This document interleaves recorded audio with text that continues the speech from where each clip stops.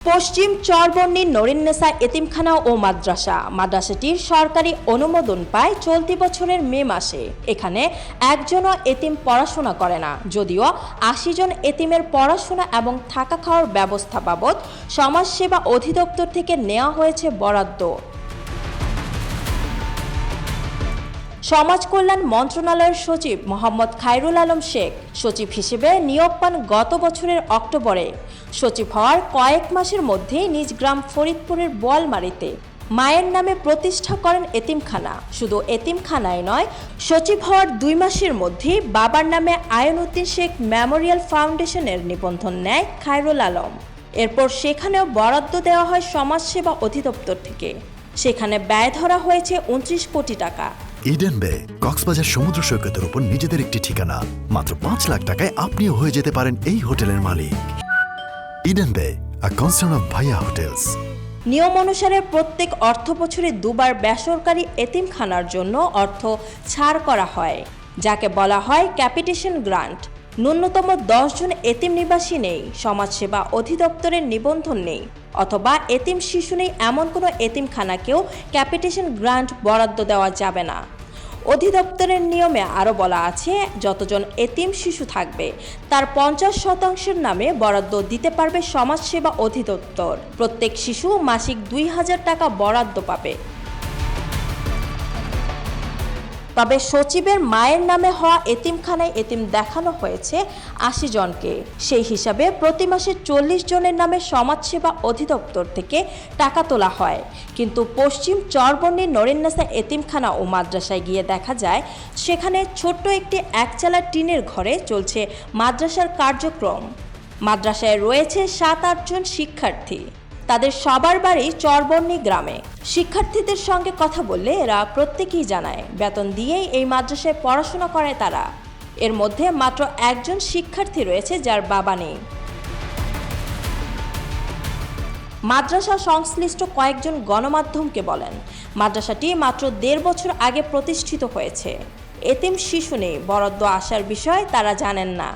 মাদ্রাসাটি পরিচালনা করেন সচিব খায়রুল আলম শেখের ভাগ্নে মিজানুর রহমান। পরিচালনা পর্ষদের বাকি সদস্যরাও তার স্বজন। কথা হয় স্থানীয় এক ব্যক্তির সঙ্গে, তিনি নাম প্রকাশ করতে চাননি। এই প্রতিবেদকের প্রশ্ন শুনেই তিনি হাসতে হাসতে বলেন, এই এতিমখানায় সরকারি বরাদ্দ আসে নাকি? জানতাম না তো। এখানে তো একজন এতিমও নাই। যেই ৮০ জন এতিমের কথা বললেন তারা মনে হয় ভূত। এদিকে স্থানীয় অনেকের সঙ্গে কথা বলার পর তারা জানান, আয়নউদ্দিন শেখ মেমোরিয়াল ফাউন্ডেশন নামে কোনো প্রতিষ্ঠানের কথা তারা শোনেননি। যদিও সমাজসেবা অধিদপ্তরের নিয়ম অনুসারে যে কোনো প্রকল্প নেওয়ার ক্ষেত্রে সংশ্লিষ্ট এনজিওর সক্ষমতা বিবেচনা করা হয়। কারণ গ্রাম এলাকায় এ ধরনের প্রতিষ্ঠান গড়ার ক্ষেত্রে ৮০% অর্থ সরকার দিলেও বাকিটা সংশ্লিষ্ট প্রতিষ্ঠানকে দিতে হয়। এছাড়া যে ধরনের প্রতিষ্ঠান গড়া হবে সে সংক্রান্ত পূর্ব অভিজ্ঞতাও থাকতে হবে সংশ্লিষ্ট প্রতিষ্ঠানের। জানা গেছে, খায়রুল আলম শেখের আপন ছোট ভাই আবদুল্লাহ আল মামুন সমাজসেবা অধিদপ্তরের ফরিদপুর জেলা কার্যালয় থেকে এই নামে ৫০,০০০ টাকার চেক দেওয়া হয়। এতে বলা হয় তিনি জন্মগতভাবে হৃদরোগে আক্রান্ত। তবে তথ্য বলছে জন্মগত কোনো রোগে আক্রান্ত নন সে, এমনকি অসুস্থও নন। তার বর্তমান বয়স ৫৫ বছর। জন্মগত রোগের ক্ষেত্রে ১৮ বছর বয়স পর্যন্ত এ ধরনের সুবিধা পেতে পারেন। এ ব্যাপারে সমাজসেবা অধিদপ্তরের কর্মকর্তারা বলেছেন, সচিব খায়রুল আলম শেখ নিজের প্রভাব খাটিয়ে ভাইয়ের নামে ৫০,০০০ টাকা দিয়েছেন। শুধু সচিবের ভাইই নন, আত্মীয় স্বজন এবং পরিচিতজনদের অনেকেই অসুস্থতা দেখিয়ে অর্থ বরাদ্দ নিয়েছেন। এমন আরও অনেক অভিযোগ রয়েছে তার বিরুদ্ধে।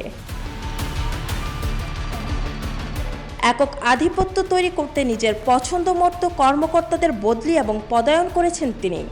একদিনই বদলি করেছেন ৭ জন কর্মকর্তাকে। আওয়ামী লীগ সরকারের পতন হলেও বেপরোয়া আচরণ অব্যাহত রাখেন খায়রুল শেখ। এর ফলে ক্ষোভ সৃষ্টি হয়েছে সমাজসেবা অধিদপ্তরের কর্মকর্তাদের মধ্যে। গত ১ সপ্তাহের বেশি সময় ধরে সচিবের অপসারণ চেয়ে আন্দোলনও করেছেন কর্মকর্তারা। এমনকি যেসব কর্মকর্তা আন্দোলনের নেতৃত্ব দিচ্ছেন তাদেরকেও বদলি করে দেওয়া হচ্ছে বলে অভিযোগ রয়েছে তার বিরুদ্ধে। তবে এ বিষয়ে জানতে যোগাযোগ করা হয় সমাজ কল্যাণ মন্ত্রণালয়ের সচিব মোহাম্মদ খায়রুল আলম শেখের সঙ্গে। সে সময় সকল বিষয় অস্বীকার করে তিনি বলেন, এই অনিয়মের সঙ্গে আমার কোনো সম্পৃক্ততা নেই, সবকিছু নিয়ম মেনেই হচ্ছে। মাদ্রাসাটি স্থানীয়রা করেছেন আমার মায়ের নামে, সেখানে 40-50 জন শিক্ষার্থী রয়েছে। এতিম কতজন জানতে চাইলে তিনি বলেন, সেটা তো আমিও জানি না। এরপর ভাইয়ের অনুদানের বিষয়ে তিনি বলেন, আমার ভাই অসুস্থ, হার্টের রোগী, হাজার হাজার মানুষ অনুদান পায়, সেভাবেই সে পেয়েছে। বাবার নামে হাসপাতালের বিষয়ে তার বক্তব্য, ওই প্রকল্পটি আমরা বাতিল করেছি।